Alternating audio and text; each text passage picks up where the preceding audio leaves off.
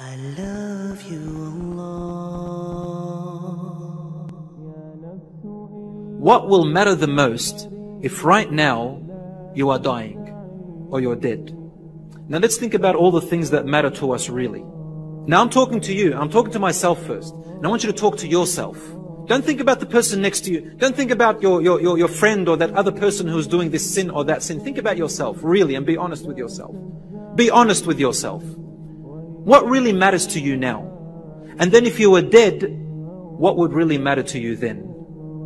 So for example, if what matters to me now is how much money I've got or my business, if what matters to me now is my car, for example, if what matters to me now is my looks, for example, or maybe my popularity, then if I were to die tonight, would all of this matter to me anymore?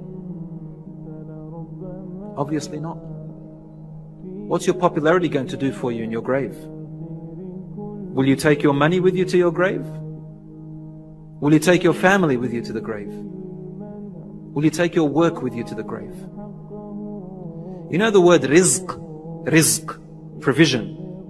The ulama told us something interesting about the word rizq. A lot of us think that what you have is your rizq. But that's not what rizq means. Rizq means what you have used. What you have used. So for example, what's his name? Bill Gates. One of the richest man in the world. Let's say he has a house with 300 rooms in it. But all he uses is 3 or 4 rooms of that house. Then we say his rizq is just the 3 or 4 rooms. All the others not his rizq until he uses them.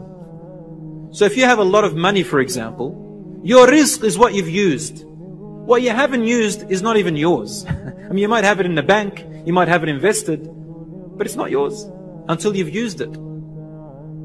So when you are in that grave, what's the only thing that really matters? What would you wish to change about your life? And number one is your deeds. Your deeds.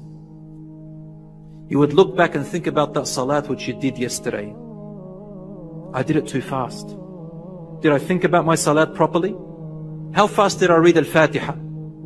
How fast did I say Subhan Rabbi Al-Azim? Have I ever thought of changing my dhikr which I do in salat? I mean, Rasulullah sallallahu alayhi wa sallam, he used to say other dhikr, such as Subbuhun Quddusun Rabbul Malaikati wal Ruh. For example, he used to make long dua in ruku', he used to make long dua in sujood. Now compare, how fast is our salat these days? What are we thinking about in our salat? My father told me this joke about a man who went to salat in the masjid.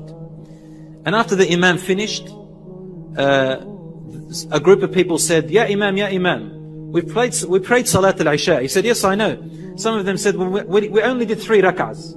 Another group said, no, it was 4. So then they split. Everybody saying, a group saying 3, another group saying 4. Yeah, Imam, you did it wrong. But they saw this man sitting aside and they asked him, why don't you say anything, man? Why are you sitting on the side there not saying anything? He looks at them with all coolness and calmness. He said, the Imam prayed right. 4 rak'at. So they asked him, how are you so sure about yourself? He said, well, you see, I have 4 shops. And in the first rak'ah, I calculated my earnings for the first shop. In the second rak'ah, my earnings for the second shop.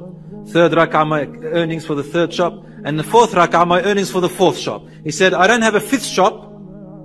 So that means we must have done the 4 rak'ahs correctly. Look what he's thinking about. Based the number of rak'ahs of his salat on his worldly gains, not on Allah subhanahu wa ta'ala.